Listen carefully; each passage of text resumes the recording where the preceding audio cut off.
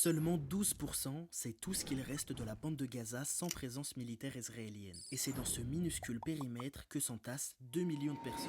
Depuis la rupture du cessez-le-feu en mars, les ordres d'évacuation et les bombardements israéliens s'enchaînent. En premier, c'est la zone de Gaza Nord dont les Gazaouis ont été chassés. Une fois cette zone rasée, c'est au tour du quartier de Gaza et les Palestiniens, une fois de plus, ont été contraints de fuir vers Dar el-Bala. Avant que cette zone soit totalement rasée par les bombardements, ils ont été forcés de redescendre vers Khan Younes et aujourd'hui, pratiquement tous les Palestiniens sont comprimés dans la zone de Rafah tout au sud. 80% des habitations sont détruites. Après les bombardements, viennent les chars et les bulldozers pour vraiment raser tout ce qu'il reste. Et les Palestiniens sont obligés de vivre dans des camps qui rappellent les heures les plus sombres de l'histoire humaine. Sans parler de la famine qui a été installée volontairement par le gouvernement de Netanyahou. Et pour vraiment ne laisser aucun échappatoire, ils vont même jusqu'à tuer les Palestiniens qui essayent de pêcher du poisson.